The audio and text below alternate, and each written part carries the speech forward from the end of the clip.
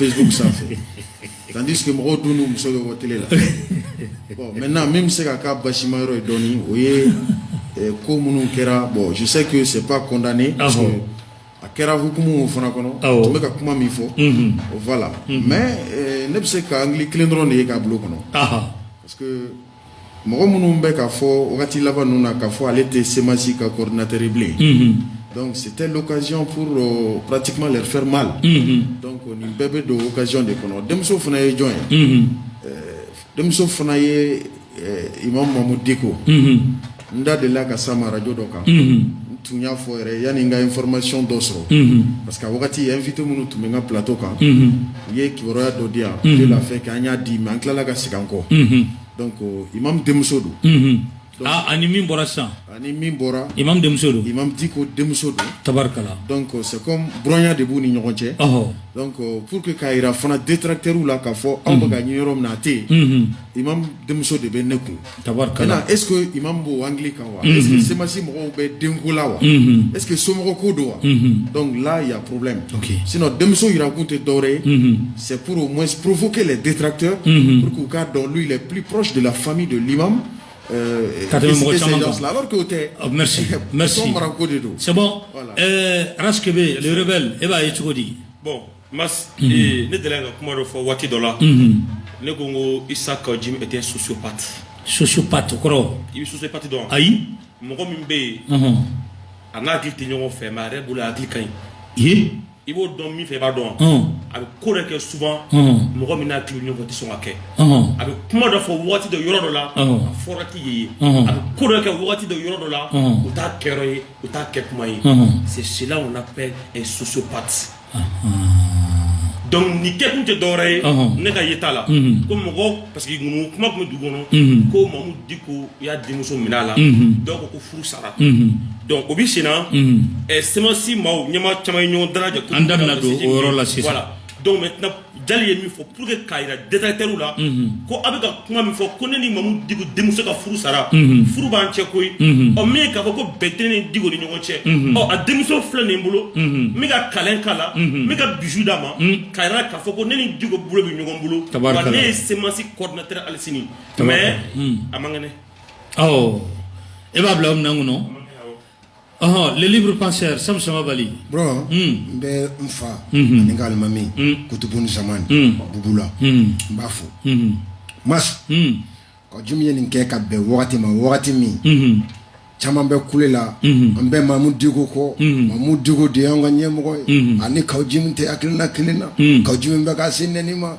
abura sema se coordinateur yala ko jumu gosi folo ni sema si restati ni règlement parce que munu taraka borala ko jumu wakila jiga be to mun eska be to shari amena do isi ka kala da sema si sesi kono a furumuso Fatimu Diko diti gogo cha précision dire ka kala ka yi ni Diko ka conseiller principal yere che chama be kulela Diko ba ka ni ngali be ka demuso folo mun ni aba to ko made ani be ka tara ba mu jana daga no fe on ni de kadi Diko ko sobe ko jumu ka bonu yi nda sonkoro yo iboro komuna yake ya follow au be kumala nyaw ci sharia kan statut règlement abe imam komuna ni imam ka sunga temo ka sambu kan bara ko fe akala mokoti demuso di bema ka kala ka demuso dia bulu gogo furu sara ayi imam ya demine ko began galoyi aya be de communication kele o soro choufe ako ko pour que ngabo semasi la statut règlement ngabo coordinateur la ni imam yere bora officiellement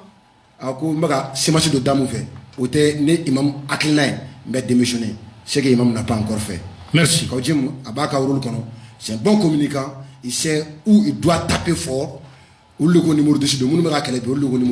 Merci. Ça, faut pas l'oublier. Merci. Jagana nya e fene dogo in kon lala o président ou no e semasi président yi o lu willa ka foko uye Isaka Jim ka again.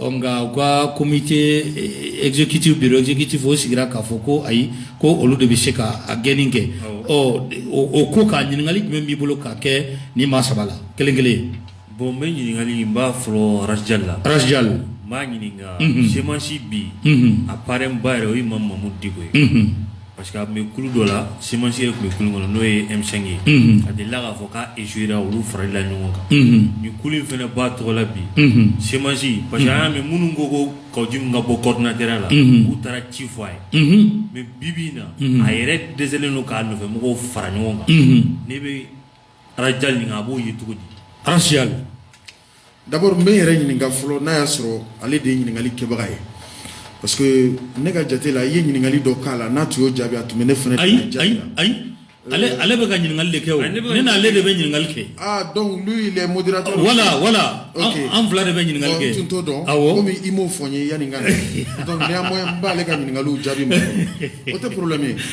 Bon vous savez que dire que a dɛsɛlen don ka nɔfɛmɔgɔw fara ɲɔgɔn kan c'est un peu trop dit. Ayi ne ko est-ce que a ma dɛsɛ. A ye ɲininkali. Voilà maintenant i ko est-ce que a ma dɛsɛ. Maintenant n bɛna mun f'i ye. I ko a nɔfɛmɔgɔw k'u fara ɲɔgɔn kan. A nɔfɛmɔgɔ jumɛn. C'est-à-dire que Koulou Tchamambe, il y a beaucoup de mouvements qui se réclament de Diko, à Madame Nebio, depuis Sabati, depuis Makiba, Ijma Beda et la Wakatimina. Pratiquement Diko a parcouru le Mali avec Ijma. Après, Ouloutara rallié Chérif Ousmane Madane Haïdarala. Fengana, Moussaba Nungana au Kofe, Gana, Sabati Sigi, Okaboe, Badea Tokana. Maintenant, il y a que Koulou nous sira Todi. A Koulou Bébé Sigi, au lieu de Wouli Kassé, Imam Mafolo. An bɛ fɛ ka kulu dɔ sigi tɔgɔ la k'i dɛmɛ i ka hakilina la o bɛ se ka lase yɔrɔ o yɔrɔ a bɛ se ka lafasa togo o togo an b'o baara kɛ mais laɲini tɛ bɔ ale yɛrɛ fan fɛ dɛ c'est comme bamananw b'a fɔ ko ŋanatigiya ka fisa ni ŋanaya ye ale yɛrɛ t'a laɲini k'a fɔ bon a ye nin kulu sigi nin kulu k'an dɛmɛ ayi kulutigiw de bɛ ɲɔgɔn ye ani ni bonya ka kan bi semasi kuma bɛ sen na n ko club de soutien kuma fana bɛ plateforme tɛ yen wa donc i y'a ye o fana nana ninnu tora ka fɛn u ma bɛn a la u tɛ ka bɛn a la. Donc, kulu kura wɛrɛ bɛ ka na bon min fana bɛ hali n'o tɛ kulu kura c'est comme maintenant mɔgɔw bɛ cɛkɔrɔba ka hakilina de kɔ a ye sira min ta les gens ne veulent pas que k'a ye a ka se ka c'est à dire que a ka bin cogo dɔ la ka sɔrɔ a bɛ min fɔ o ye jamanaden fanba hakilina ye o de y'a to mɔgɔw b'u yɛrɛ sacrifier sinon kulu kelen tɛ yen ko a bɛ fɛn di mɔgɔw ma u ka taa sigi d'ailleurs mɔgɔw b'u ka baara de bila ka kulu sigi par exemple le cas de Badinyaton de tun y'a ka kulu ye min tun reconnulen don faut ka se kalata min kɛra san 2018 semasi nana sisan de o maintenant bɔli min nana kɛ sisan 5 juin mɔgɔw farala ɲɔgɔn kan ko président ka taa mouvement RFP ninnu sigira min na Badinyato a ye k'a fɔ ale ka laɲini fanba ye min ye bi tiɲɛ don o ye Imam Diko ka hakilinaw sauvegarder ye mais k'a fɔ président ka baara bila k'olu t'u yɛrɛ ye o kɔnɔna la donc i dun tɛ se k'i yɛrɛ ye i bɛ ka makarani na ka tila k'i yɛrɛ ye Imam Diko kɔ hakilinaw ma kɛ kelen olu taara donc hakilina ko de don aw de y'a sigi a tɛ k'a fɔ fana ko imam bɛ fɛn dicter mɔgɔ kun dɛ même le cas de la CEMAS il faut que mɔgɔw k'a dɔn c'est après le haut conseil islamique maintenant dɔw yɛrɛ tun y'a fɔ a wagati moi j'étais en prison dɔw ko ka haut conseil supérieur islamique sigi Mali la o de tun fɔra moi je dis que n'o kɛra est-ce que c'est que ligue islamique mondiale ni fɛnw bɛna sɔn o ma wa o sugu ka so ka kɛ wa donc c'est comme a bɛ haut conseil dɔ in a b'a contredit quand on parle de supérieur encore c'est comme si c'est plus puissant que le haut conseil. C'est-à-dire que jamana bɛ min reconnu u tora de la semasi nana c'est-à-dire que donye a bɛ sigi don min na an bɛɛ tun bɛ yen nous on est parti juste parce que an y'a mɛn ko Imam Diko nɔfɛmɔgɔw don on savait même pas qui pilotait mais depuis maison de la presse la don Issa Kawuji ye kuma dɔ fɔ ce jour-là moi j'étais pratiquement énervé parce que i ko mɔgɔ tɛ i yɛrɛ ye semasi kɔnɔ e tɛ Diko dɛmɛbaga ye c'est comme a ka fɔ mɔgɔ tɛ selibaga misiri kɔnɔ e tɛ silamɛ ye mais moi je dis que non. Mɔgɔ dɔ bɛ se ka Diko dɛmɛ il s'agit pas que i ka don hali diinɛ yɛrɛ la o a ka hakilina de ko don donc n'i y'a ye a bɛ fɔ yɔrɔ o yɔrɔ ko ka dɛmɛ kɛ moi si vous me permettez donc n'i y'a ye a bɛ fɔ yɔrɔ o yɔrɔ ko ka dɛmɛ kɛ donc supposons que kɛlɛbagaw de bɛ yen détracteurs minnu bɛ yen bi nous on les attendait on savait que u bɛ na o donc fɛn tɛ min balilen don mɔgɔw la mais kulu ninnu a dɔn k'a fɔ a kulu bɛɛ sigira ni kulu tigilamɔgɔw yɛrɛ ka laɲini ye u taara bonya da cɛkɔrɔba kan a y'a fɔ o don na ko il prend acte mais semasi bɛ sigi don min na c'est ce qu'il avait dit. Il dit que n'a pas signé tout là. John de Afo Diko ka baragemnendo. Moi Issa Kawuji de Afo. Ko imam ka baragemnendo. Mais imam m'a d'ailleurs mais mamba no ya 600. On dit coordinateur de la CEMAS. Qui a fait Issa Kawuji coordinateur? C'est Diko qui l'a fait. Aujourd'hui, est-ce que Diko de Akaiwa? Allez ba fo biko Diko mana fo kaka boala be boala. Mais iba nyininga na ya soro Diko de Akai. Donc Diko ma ke mo me bla femina. Ere de yere kai. Où est-ce que tu es ko nana yan jama ka cha ye posu be monopoliser d'abord même fin me flana fie le porte-parole de l'imam Diko, il se réclame le sage. Ça dit que le porte-parole du sage, le porte-parole du visionnaire, mais John de Akaï. Il est là à Diko Mangame, donc il est Jimmy est mon porte-parole. Merci. Donc, merci. Non, merci. Ame kuma di fema, raskebema. Voilà, Jangine gagne ngal kayala. Kebe, semansi bibina. Baby yere Diko koni akilina la même ou teseka farano, ebo famu tugodi. Bego Diko akilina. D'abord, mais on teseka farano. D'abord, mi semansi sigi. Ora teseka mo farano ka. Jo semansi sigi. Isa ka jine ba fo kas ka ga salon ko. Aye côté. Diko ma sigi o. Isa ka jim dako ko ale semansi sigi ka salon ko no. Akuma fola yene. Donc au koro ale mi semansi sigi. Ale tegasi ka semansi contrôle blé. Un coordinateur qui ne contrôle plus sa coordination. Moi je me pose des questions. Ne devrait pas ban. Un coordinateur qui est désavoué par la plupart de ses coordinateurs. Un coordinateur général qui est désavoué par la plupart des présidents de sa coordination. Moi je me pose des questions. Est-ce que Kaudjimire, est-ce que Semansi a besoin de contrôler le blé? Les faits sont sacrés, mais le commentaire il est libre.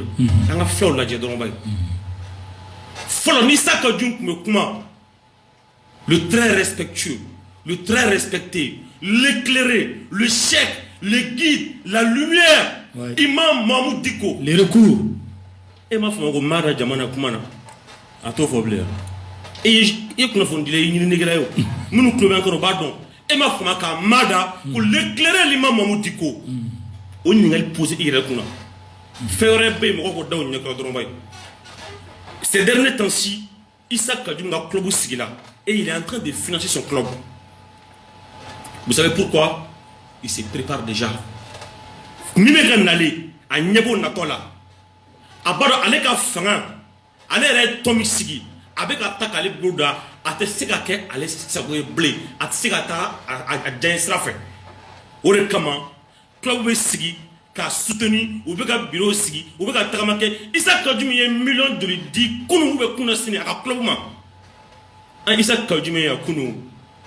Après, mobile Moukono Angoyo, Kalofla, ou Moussara Bebolami, je pose la question. Ok, merci.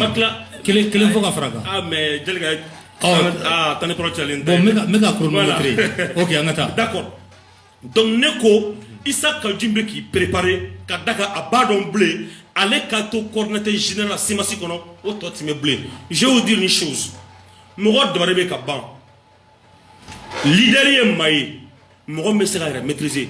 Même dans l'art martial, ceux qui pratiquent l'art martial, presque follow du même follow. La maîtrise en soi. Et qui est maîtrisé follow. Kassir la follow. Mourad Messera à la red dala. Mourad Messera kuma photo don. Mourad Messera kuma rodon. Mourad Messera coqueta don. Aujourd'hui, la sémence, il faut. Beka, ils sont les maçons. Sémence, il y a un mouvement belé badi. Il ne peut pas gérer à travers un broda. Et à Tony Fangani Koron, c'est pourquoi il a mis en place un club qu'il est en train de financer et nourrir. Pourquoi? Lui, aujourd'hui, il est un leader.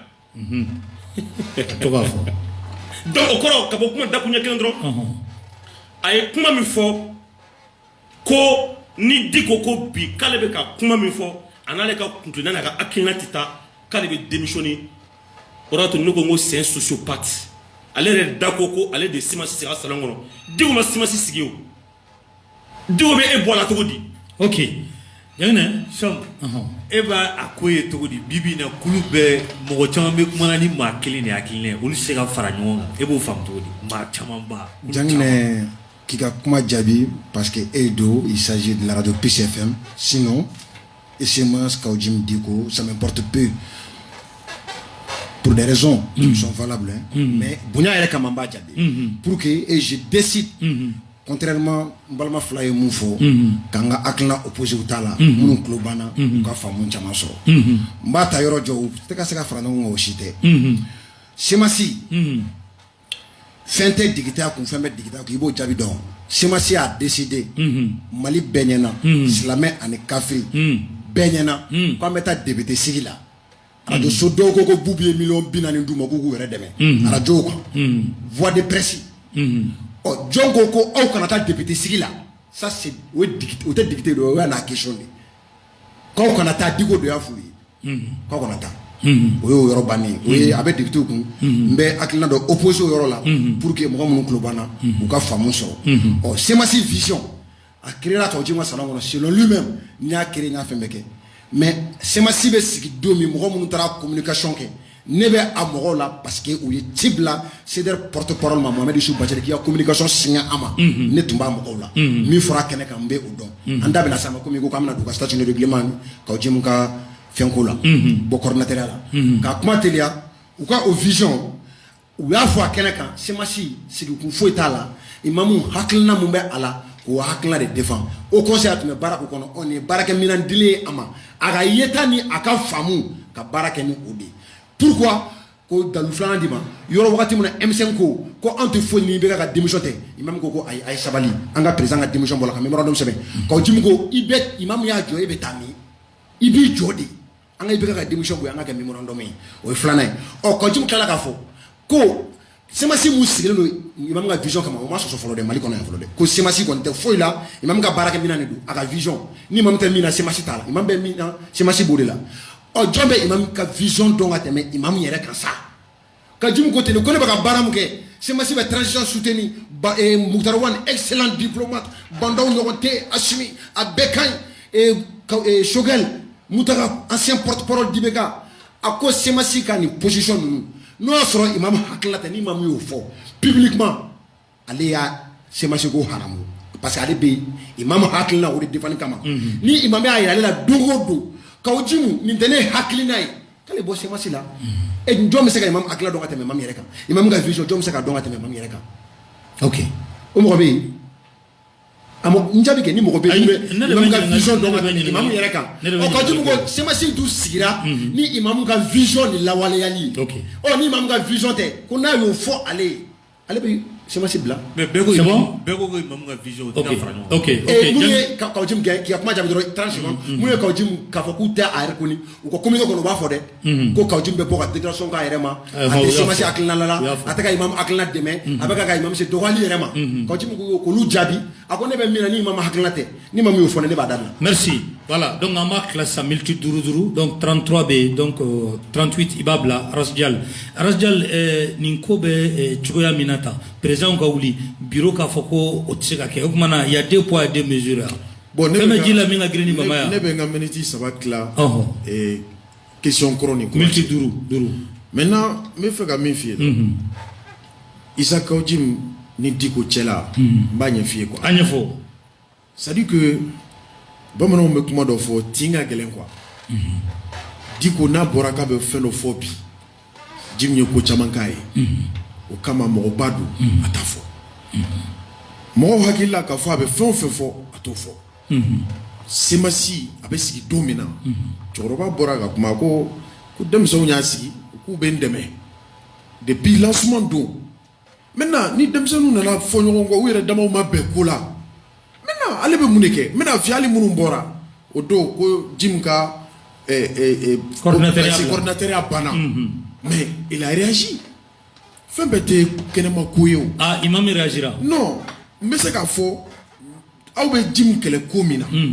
ka be ko ke ate fin foanye est-ce que aw kan na be ko suku ke aw manga na fone folo walma kele na obna fone o de gra imam ngakumaye o de kra ka kumaye ya fam donc ça veut dire que munu be ka jim kele bi olu era ni imam kumana o la nya fie fin do we suku no kuma we quoi mais kuma do fie Issa Kodjoum savait bien que il allait être remercié par la majorité. Le dimanche, lundi là, il a été chez l'imam, il n'a pas été reçu. Et dimanche te menait à dimanche te menait à où bien dimanche te menait à une déclaration qui era lundi. Il a été chez l'imam la nuit, il n'a pas été reçu. Bon, maintenant, ni au Kerakaba.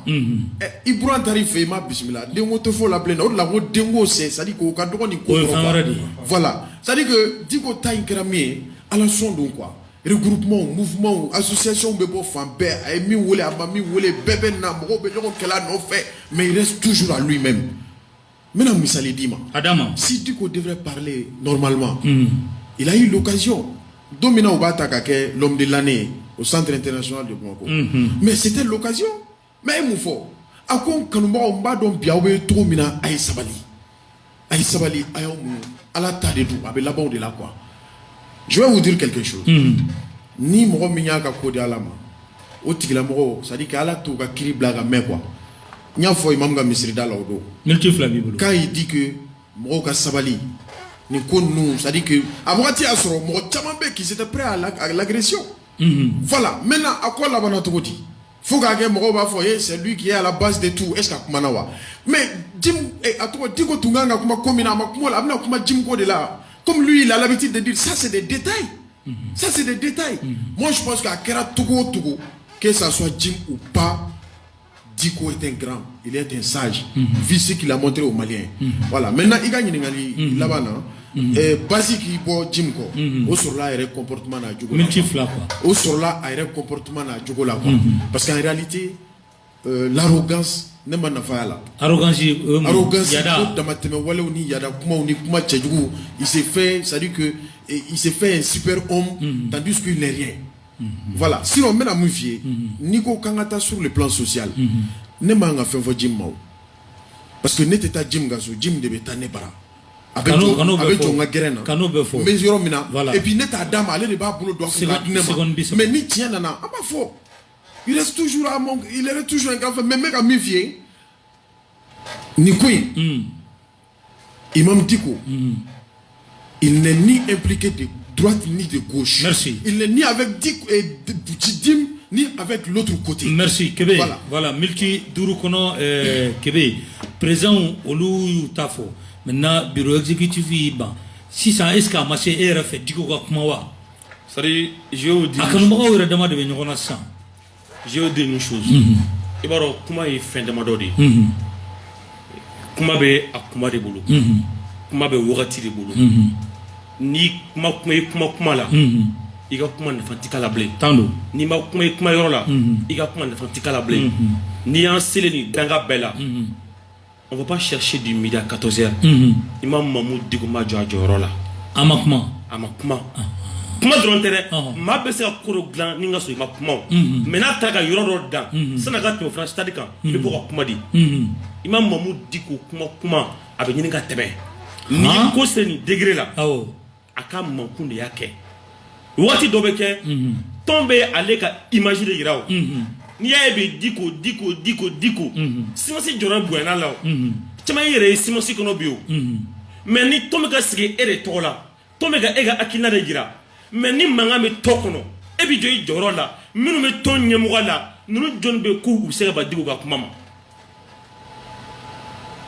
jɔn bɛ ninnu na Diko ka u wele a bɛ ka baara kɛ tan ne tɛ fɛ a ka kɛ tan n bɛ fɛ a ka kɛ nin cogo de la k'aw di n bɛ fɛ k'a kɛ tan de n'a banna ma Diko est un leader mɔgɔba de don bi tɔgɔ cɛ caman bɛ ka se Diko ma jɔn y'a la s'a ma k'aw di n tɛ yan lagosi dɔw bɛ ka s'a ma bi mun y'a la s'a ma k'aw di n don mais n'a bɛ ka ko dɔ kɛ n'a man di ye n'i kumana fɛ n'a m'i ka kuma mɛn i ka kuma lasɛn dɔ ɲini i ka kuma dɔ da ko désormais k'aw di n tɛ ne ka kuma lasɛn bilen mais n'i y'a ye a tɛ ka kuma on pose la question ou bien k'aw di n bɛ ka baara min kɛ a ka di Diko ye de wa ou bien mankan bɛ semasi kɔnɔ a ka di Diko ye de wa n'a man d'a ye mais qu'il parle multifila b'i bolo n'a man d'a ye a ka kuma kɛ coordinateur fɛn fɛn tagala n k'u tilalen n'u taara Diko fɛ a don kelen Jale bɔra k'a fɔ sisan ale bɛ ko caman da la o a ko k'aw di n taara ko Diko y'a ban ka reçoit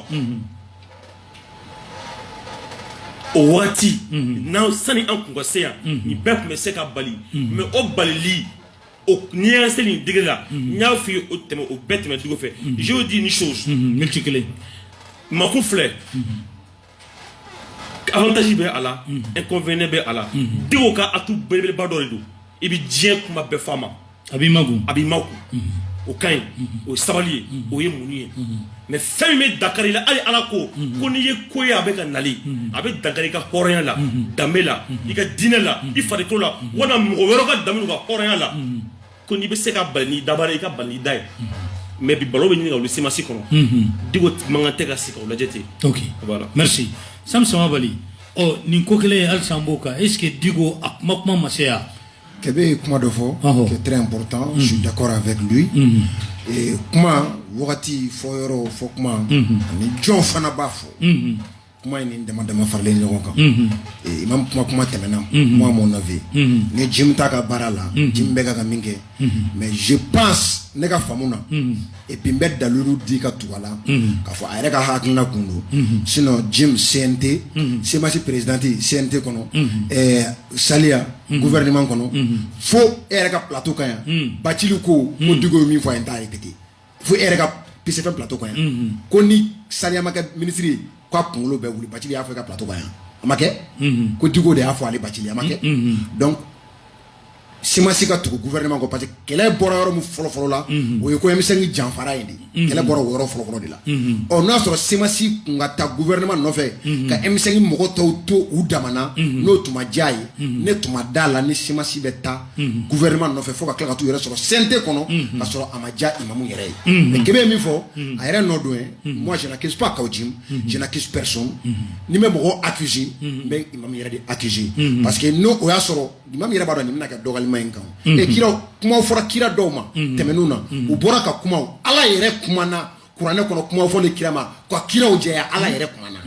o makewa o mun kera imam tu na sura manda ide urula ne ba jiga nga kada jusqu'à preuve du contraire kada yere so na tu manda de ben nunu bora fe non ay ka jim to coordinateur ala abeka minke ne tabu non ka jim nan soro so ibe ka minge ni tene hakilnay o kuma coordinateur bla emiseni tebo semasi cheji kono abeta ne hakilnate ini mo gotsa ketan clair ala tika kenama ko yere kebe mu foka glanso kono abeka jimule ka tasa fo ayi wa foka minke ko jimtita osinake mais ni ya oshimake imam a cautionné mais maintenant son silence ne peut pas parler parce que na kumala o be ko to juya parce que accusation grave de porter contre l'imam que ça soit sur la radio Clédou chaque marche sur Alouba Abdelkader Maïga sur la radio et PCFM, Abdoul Niang émergence, des accusations graves, journaux qu'on a mal clé, des accusations mourou amake bedakuma ede, voix de précis, radio, journaux, kake ou ko accusations graves, ni mambora, est-ce que